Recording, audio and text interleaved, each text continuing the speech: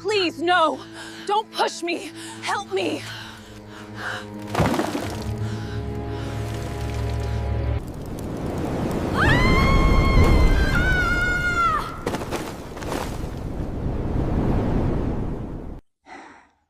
This is the story of Nneka, a beautiful, quiet orphan girl whose only crime was being loved by the wealthiest royal heir in the land. But the jealous village girls thought the deep earth would hide their wicked secret. But they forgot one crucial thing. The soil does not sleep. Since her parents passed away, she lived on the edge of the village, working from dawn to dusk just to eat. She fetched firewood, she ground millet, and she scrubbed clothes by the stream. But Nneka had something money could not buy. She had a heart of pure gold, and a face so flawlessly beautiful that even the morning sun seemed to shine a little brighter when she walked outside. At the center of Umuofia was the great palace, home to the Igwe, and more importantly, his only son, Prince Charles. Charles was tall, educated, and so wealthy that his royal robes were woven with threads of real gold. Every young woman in the village, especially the daughters of the rich chiefs, painted their faces and wore their heaviest coral beads whenever he passed, hoping to become the future queen. But the prince never looked twice at any of them. Until one afternoon, during the New Yam festival. The palace courtyard was overflowing with dancers and heavy drumming. The rich girls were parading themselves, laughing loudly to catch his attention. But Prince Charles's eyes drifted to the far corner of the courtyard, where a young girl in a faded wrapper was quietly packing away empty calabashes. It was Nneka. She wasn't wearing any beads, she wasn't wearing any makeup. But as she hummed a sweet, sorrowful tune to herself, the prince felt his heart stop. He walked straight past the wealthy daughters of the chiefs, right up to the corner where Nneka was working. The entire courtyard went dead silent. "What is your name, beautiful one?" Charles asked, his voice gentle. Nneka quickly dropped to her knees, trembling. "I am Nneka, my prince, just a servant. Please forgive me if I am in the way." "You are not in the way," he said, reaching down to gently help her stand. "You are the only real thing I have seen all day." From that moment, everything changed. The prince began visiting the village edge just to see her. He brought her baskets of fresh fruit, fine fabrics, and spoke to her with a tenderness she had never known. But my people, in a village full of watchful, jealous eyes, a secret like that spreads faster than a bushfire.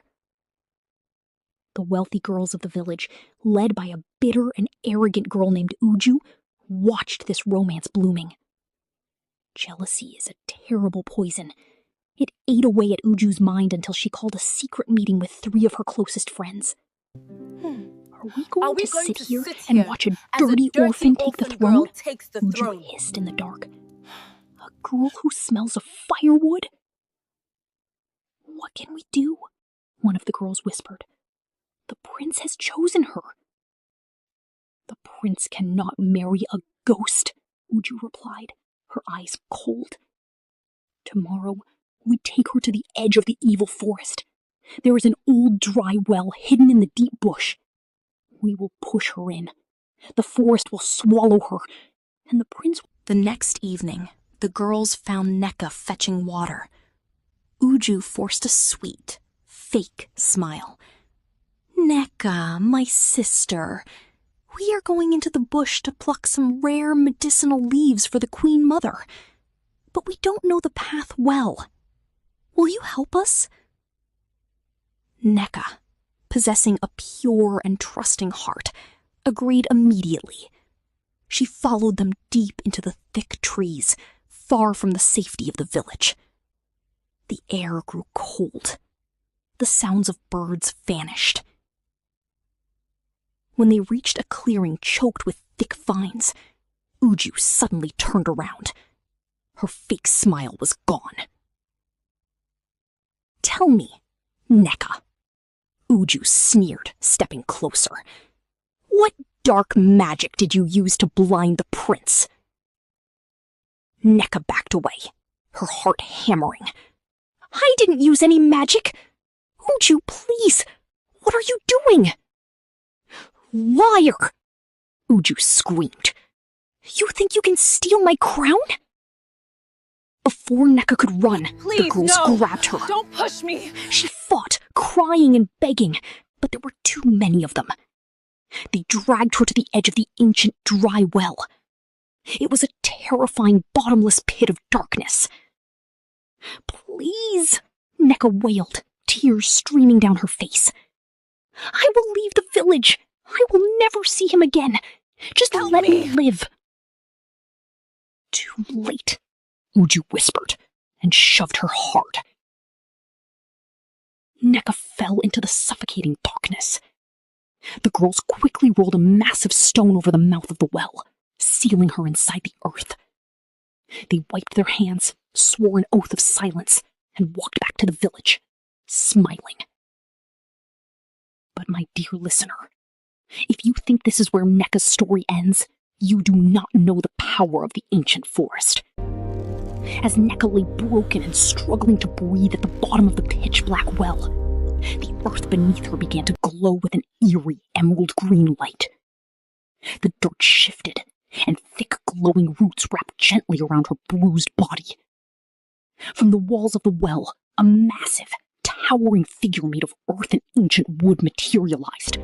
It was the Forest Mother, the ancient guardian of the deep woods. "Child," a voice boomed, echoing not in the air but inside Nneka's mind. "The children of greed have buried you to rot, but my soil does not accept the blood of the innocent." Nneka coughed, her vision blurring. "Am I dead?" "You are reborn," the Forest Mother commanded. "I give you the shadow of the woods. You will walk among them unseen. You will be the cold wind on their necks and the terror in their dreams. Go, daughter of the earth, break their minds until they spit out the truth." That very night, back in the village, the haunting began. Uju awoke in her lavish bed to the sound of a sweet, sorrowful tune. She froze. It was the exact song Nneka was humming at the festival. Uju sat up, her heart pounding. The air in her room suddenly turned freezing cold. The candles blew out by themselves. Who's there? "Who is there?" Uju shouted, her voice shaking. From the dark corner of the ceiling, a voice whispered directly into her ear. "It is dark down here, Uju. It is so hard to breathe." Uju screamed, scrambling out of bed. But when the guards rushed in, the room was completely empty. The next night, it was worse for another of the wicked girls. She was drawing water from her compound's well when the rope suddenly pulled tight. The water in her bucket turned thick, black, and tasted like grave dirt. When she looked down into the water, she didn't see her own reflection. She saw Nneka's pale face staring back at her, eyes glowing green. Day by day, the girls began losing their minds. They couldn't sleep. They couldn't eat. Everywhere they went, they heard Nneka crying from beneath the earth. Finally, the terror became too much to bear. One evening, the Igwe, his wife, and a grief-stricken Prince Charles were holding court, wondering where Nneka had vanished to. Suddenly, the palace doors burst open. Uju and the remaining girls ran inside, screaming, tearing at their own clothes, their eyes wide with absolute madness. "Make it stop!" Uju wailed, collapsing on the palace floor. "Tell her to stop singing. We did it. We pushed her into the old well in the evil forest. We buried her. The entire palace gasped in pure fear. Prince Charles stood up, his face pale, his fists trembling with rage. "You did what?" he roared, his voice shaking the pillars. But before the royal guards could seize the girls, the heavy wooden doors of the palace blew open with a violent gust of wind. The torches flickered and died, bathing the room in moonlight. Footsteps echoed from the entrance. Slow, steady. Everyone turned. Standing there, bathed in a soft, ethereal light, was Nneka. She was not a ghost, and she was not broken. She looked more beautiful than ever, wearing a crown woven from glowing green leaves, radiating power. Uju scrambled backward, screaming in pure terror. "Spirit, forgive us! Forgive us!" Nneka walked slowly to the center of the room.